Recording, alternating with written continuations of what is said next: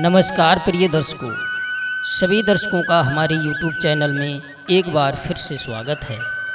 दोस्तों, आज की कहानी में हम बात करेंगे कि औरतों की वे कौन सी 3 चीज़ें हैं जो हर पुरुष को देखते रहना चाहिए। दर्शकों, इससे पहले आपसे आग्रह करेंगे कि जो श्रोता हमारे चैनल पर पहली बार आए हैं, कृपया हमारे चैनल को सब्सक्राइब करें और बेल आइकन ऑन करें, जिससे प्रत्येक वीडियो की सूचना आप तक पहुंचती रहे। तो चलिए मित्रों, शुरू करते हैं आज की ये मोटिवेशनल वीडियो। तो बने रहिए हमारे साथ वीडियो की समाप्ति तक। दोस्तों, किसी गांव में एक व्यक्ति रहा करता था। वह अपनी पत्नी से बहुत परेशान रहता था, क्योंकि उसकी पत्नी बात बात पर झगड़ा किया करती थी। इसी तरह रोज रोज की कलह से उसके घर में कंगाली आ गई। उसके घर में खाने पीने के लिए कुछ नहीं बचा और ना ही पहनने के लिए वस्त्र। वह व्यक्ति रोज रोज के झगड़े के कारण अपनी पत्नी से परेशान हो गया और परेशान होकर वह जंगल की ओर निकल जाता है। जंगल में उस व्यक्ति की भेंट एक साधु महाराज से हो जाती है। तो वह व्यक्ति साधु महाराज के पास बैठकर रोने लगता है। तो साधु महाराज उस व्यक्ति से पूछते हैं कि पुत्र, तुम क्यों रो रहे हो? तुम्हें क्या दुख है? मित्रों, वो आदमी साधु महाराज से कहता है कि महाराज, मेरे घर में मैं, मेरी पत्नी और मेरे 2 छोटे छोटे बच्चे हैं। मेरे घर में खाने के लिए लाले पड़े हैं और मेरी पत्नी बात बात पर मुझसे लड़ाई झगड़ा करती रहती है। मैं अपनी पत्नी को बहुत समझाता हूँ कि वो लड़ाई झगड़े ना करे, लेकिन इसके बावजूद भी वो कलह करती रहती है। इस वजह से मैं बहुत दुखी हूँ, इसलिए मैं घर छोड़कर आपकी शरण में आया हूँ। अब आप ही मुझे कोई उपाय बताइए कि मैं क्या करूं। तो साधु महाराज कहते हैं कि पुत्र, आज मैं तुम्हें ऐसी 3 चीज़ें बताऊंगा। जो भी पुरुष अपनी पत्नी की अगर ये 3 चीज़ें देखता रहता है, तो वो पुरुष अपने जीवन में कभी भी गरीब नहीं रहेगा और ना ही उसके घर में कभी लड़ाई झगड़े होंगे। तो साधु महाराज कहते हैं कि मैं तुम्हें जो 3 चीज़ें बताने के लिए जा रहा हूँ, उन 3 चीज़ों को हमेशा अपनी गांठ में बांध लेना। तो वे व्यक्ति कहता है कि महाराज, आप जल्दी से मुझे वो 3 चीज़ें बताइए जो हर पुरुष को अपनी पत्नी की 3 चीज़ें देखते रहना चाहिए। दोस्तों, तो वो साधु महाराज उस व्यक्ति को एक कहानी सुनाते हैं कि किसी नगर में एक सेठ और सेठानी रहते थे। उस सेठ का काफ़ी बड़ा व्यापार था। उन सेठ और सेठानी में काफ़ी प्रेम था। उन दोनों में कभी भी लड़ाई झगड़े नहीं होते और किसी भी प्रकार का कोई कलह नहीं होता था। इसलिए उनके घर में लक्ष्मी का वास रहता था और उनके व्यापार में दिन दुगना रात चौगुनी तरक्की हो रही थी। दोस्तों, उन सेठ और सेठानी में इतना प्रेम था कि उनके आस पड़ोस के लोग उन्हें देख कर के जलते थे। मित्रों, उन सेठ और सेठानी के प्रेम की मिसाल हर कोई देता था। धीरे धीरे यह चर्चा राजा तक पहुंच गई। जब सेठ और सेठानी के प्रेम की चर्चा राजा तक पहुंच जाती है, तो राजा भी सेठ सेठानी के प्रेम की मिसाल की दाद देने लगा कि हमारे राज्य में केवल एक पुरुष और स्त्री ऐसे हैं जिनके घर में कभी लड़ाई झगड़ा नहीं होता है। उन दोनों में इतना प्रेम है कि मैंने अपनी जिंदगी में कभी किसी को नहीं देखा। एक बार की बात है, राजा ने पूरे गांव में ढिंढोरा पिटवाया कि सभी अपने अपने घरों में दिया जलाकर रखें। तब रानी ने राजा से पूछा, महाराज, आप सभी के घरों में दिया क्यों जलवा रहे हैं? तो राजा रानी को बताता है कि दीपक प्रेम की निशानी होती है। जिसके घर में दिया जलता है उसके घर में हमेशा प्रेम बना रहता है। इसलिए मैं चाहता हूँ कि जो प्रेम सेठ और सेठानी में है, वैसा ही प्रेम सभी गांव वालों में होना चाहिए।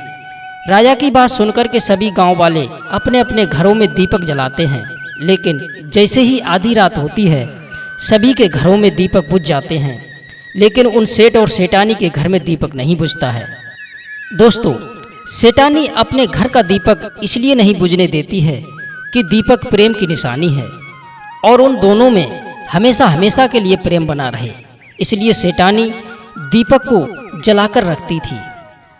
मित्रों, सेठानी जो थी वो हमेशा अपनी मनमानी का काम किया करती थी, लेकिन सेठ को इस बात से कभी कोई परेशानी नहीं होती थी, क्योंकि सेठ बहुत ही समझदार था। वो सोचता था कि अगर मैं अपनी पत्नी के काम में रोक टोक करूंगा तो बिना वजह की कलह होगी, इसलिए सेठ सेठानी की कई बातों को अनदेखा कर देता था। सेठ इसलिए अनदेखा कर देता था ताकि उन पति पत्नी में प्रेम बना रहे। मित्रों, एक दिन की बात है, राजा और रानी अपनी छत पर खड़े होकर अपने नगर का नज़ारा देख रहे थे। राजा देखता है कि पूरे नगर में अंधेरा था, केवल सेठ और सेठानी का ही अकेला घर था जिसमें उजाला हो रहा था। तब राजा रानी से कहता है कि देखो रानी, सेठ और सेठानी में कितना प्रेम है। सभी के घरों में दीपक बुझ गया है, केवल सेठ और सेठानी के घर में ही दीपक जल रहा है। इसका मतलब यह है कि सेठ और सेठानी में बहुत ही ज़्यादा प्रेम है। तब रानी कहती है, महाराज, सेठ और सेठानी में प्रेम इसलिए है कि सेठानी बहुत समझदार है। रानी की बात सुनकर के राजा कहने लगा, नहीं रानी, यहाँ पर सेठ समझदार है, सेठानी नहीं, इसलिए उनके घर में लड़ाई झगड़े नहीं होते हैं। दोस्तों, राजा और रानी में इसी प्रकार की बहस होने लगती है कि रानी कहती है कि सेठानी समझदार है और राजा कहता है कि सेठ ज़्यादा समझदार है। इसी बात को लेकर राजा और रानी में काफ़ी बहस छिड़ जाती है। तब राजा कहता है कि देखो रानी, हमें बहस करने की ज़रूरत नहीं है, क्यों ना हम दोनों की एक परीक्षा ले लें। जो परीक्षा में पास होगा वही समझदार होगा। मित्रों, राजा की इस बात से रानी सहमत हो जाती हैं और उन दोनों की परीक्षा लेने के लिए तैयार हो जाती हैं। दोस्तों, तब राजा अपने महल में जाकर अपने दास दासियों को बुलाता है। राजा अपने दास दासियों से कहता है कि जाओ, तुम सेठ के पास जाओ और मैं जो कहता हूँ वो जाकर के सेठ से कहना। दोस्तों, राजा की बात सुनकर के वो दासी उस सेठ के पास जाती है। उस समय सेठ की पत्नी घर पर नहीं थी। तब वो राजा की दासी उस सेठ से कहती हैं कि मैं राजमहल से आई हूँ और मुझे राजा ने भेजा है।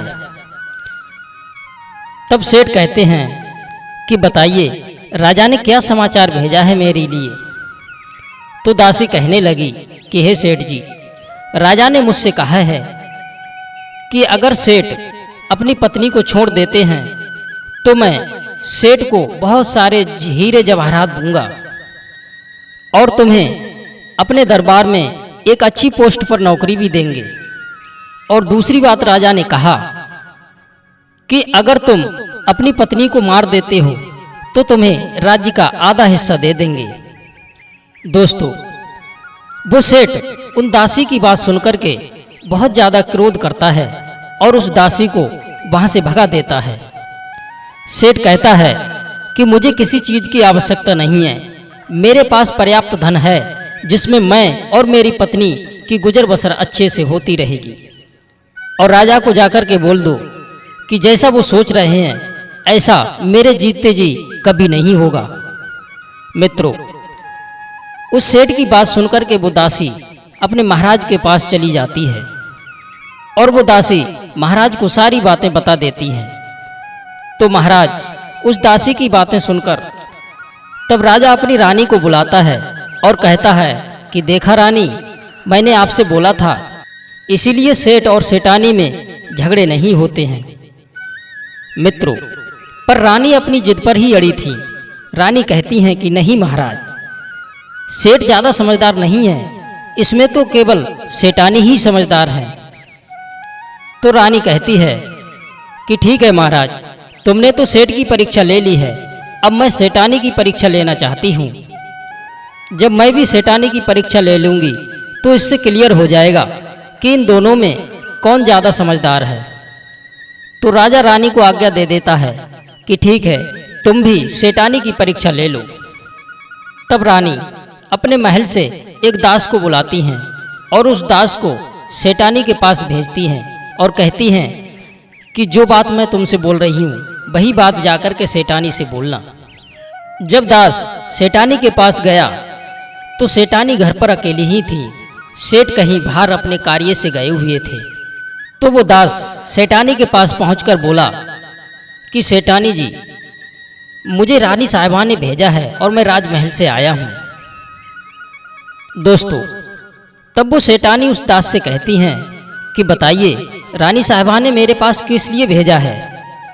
तो दास सेठानी से कहता है कि रानी साहिबा ने कहा है कि अगर तुम सेठ को छोड़ देती हो तो तुम्हें काफ़ी हीरे जवाहरात देंगी, और अगर तुम अपने पति को मार दोगी तो वो तुम्हें अपने राज्य का आधा हिस्सा दे देंगी। दास की बात सुनकर के सेठानी तैयार हो जाती हैं और कहती हैं ठीक है, अगर मैं अपने पति को मार दूंगी तो रानी साहिबा मुझे आधा राज दे देंगी, मैं इस काम के लिए तैयार हूँ।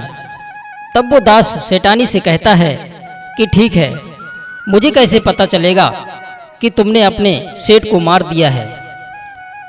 तब सेठानी उस दास से कहती है कि जब मैं अपने पति को मार दूंगी तो मेरे घर में जो दीपक जल रहा है मैं उसे बुझा दूंगी। इससे तुम अनुमान लगा लेना कि मैंने अपने पति को मार दिया है। मित्रों, वो दास उस सेठानी की बात सुनकर के राजमहल को वापस लौट जाता है। वह दास राजा और रानी को सारी बातें बता देता है। दास की बात सुनकर के रानी बहुत अचंभित रह जाती हैं और नारी जाति से नफरत करने लगती हैं। तब राजा अपने दास दासियों को बुलाता है और कहता है कि देखो, मैं ये नहीं चाहता कि हमारी दोनों की वजह से किसी निर्दोष की जान चली जाए। तुम ऐसा करो, उस सेठ के घर पे जाकर और उस सेठ को सारी बातें बता दो, जिससे उस सेठ की जान बच जाएगी। तो वो दास और दासियां उस सेठ के घर पर जाती हैं और सोचने लगते हैं कि सेठानी तो सेठ को रात में मारेंगी और मारते ही अपना दीपक बुझा देंगी, लेकिन अभी तो शाम का ही वक्त है, तब तक तो हम पहुंच ही जाएंगे। जब सैनिक लोग सेठ के दरवाजे पर पहुंचते हैं तो देखा कि सेठ पहले से ही मरा हुआ है। सेठ को मरा देख करके सैनिक सेठानी से कहने लगे कि तुमने तो रात में सेठ को मारने के लिए कहा था, लेकिन यहाँ तो सेठ पहले से ही मरे पड़े हैं। तो सेठानी बोली कि मैंने रात में केवल दिया बुझाने के लिए कहा था, सेठ को तो मैं पहले ही मार चुकी थी, इसलिए मैंने सेठ को तो दिन में ही जहर दे के मार दिया था। रात में तो मेरा काम केवल दिया बुझाने का है। दोस्तों, वो सैनिक लोग दौड़े दौड़े राजा के पास गए और राजा को सारी घटना के बारे में बताते हैं। मित्रों, राजा को यह बात सुनकर के बहुत क्रोध आ गया और वह स्त्रियों से नफरत करने लगा। तो राजा अपने सैनिकों को फिर से भेजता है और कहता है कि उस सेठानी को बंदी बना करके लाओ। तब वो सैनिक उस सेठानी को बंदी बनाकर राजा के दरबार में पेश करते हैं। मित्रों, तब वो राजा उस सेठानी को कारावास में डलवा देता है और राजा समस्त स्त्री जाति से नफरत करने लगते हैं। मित्रों, यह कहानी वो साधु महाराज जी उस व्यक्ति को सुना रहे थे। तब साधु महाराज उस व्यक्ति से कहते हैं कि अब तो तुम्हें समझ में आ गया होगा कि स्त्री की कौन सी 3 चीजें हैं जो पुरुष को हमेशा देखते रहना चाहिए। तब वो आदमी साधु महाराज से कहता है कि महाराज, मुझे अभी भी समझ में नहीं आया कि वो कौन सी 3 चीजें हैं जो हर पुरुष को अपनी स्त्री में देखते रहना चाहिए। तब साधु महाराज उस व्यक्ति को समझाते हैं कि सबसे पहली चीज पुरुष को अपनी स्त्री में ये देखना चाहिए कि वो कहाँ आती है और कहाँ जाती है।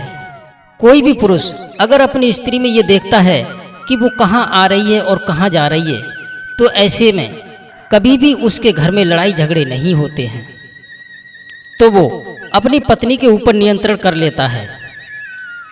और दूसरी चीज, अपनी पत्नी के अंदर ये देखना चाहिए कि उसकी पत्नी की बोलचाल कैसी है, वो अपने पति की इज्जत कर रही है या नहीं कर रही है, वो अपने पति की बात मानती है या नहीं मानती है।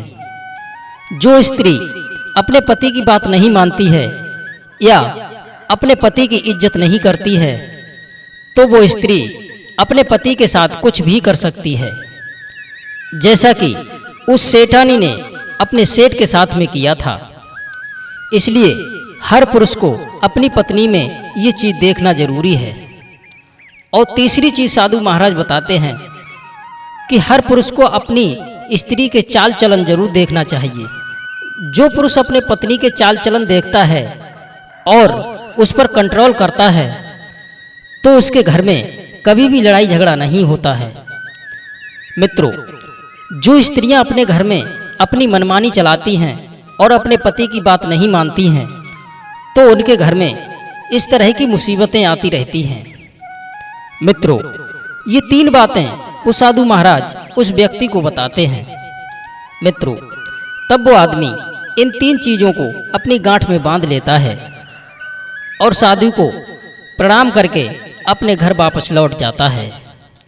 दोस्तों, उम्मीद करते हैं कि आपको इस कहानी से बहुत कुछ सीखने को मिला होगा, तो कहानी को लाइक और शेयर अवश्य करें। आप सभी दर्शकों का बहुत बहुत धन्यवाद। जय श्री कृष्णा, जय श्री राधे।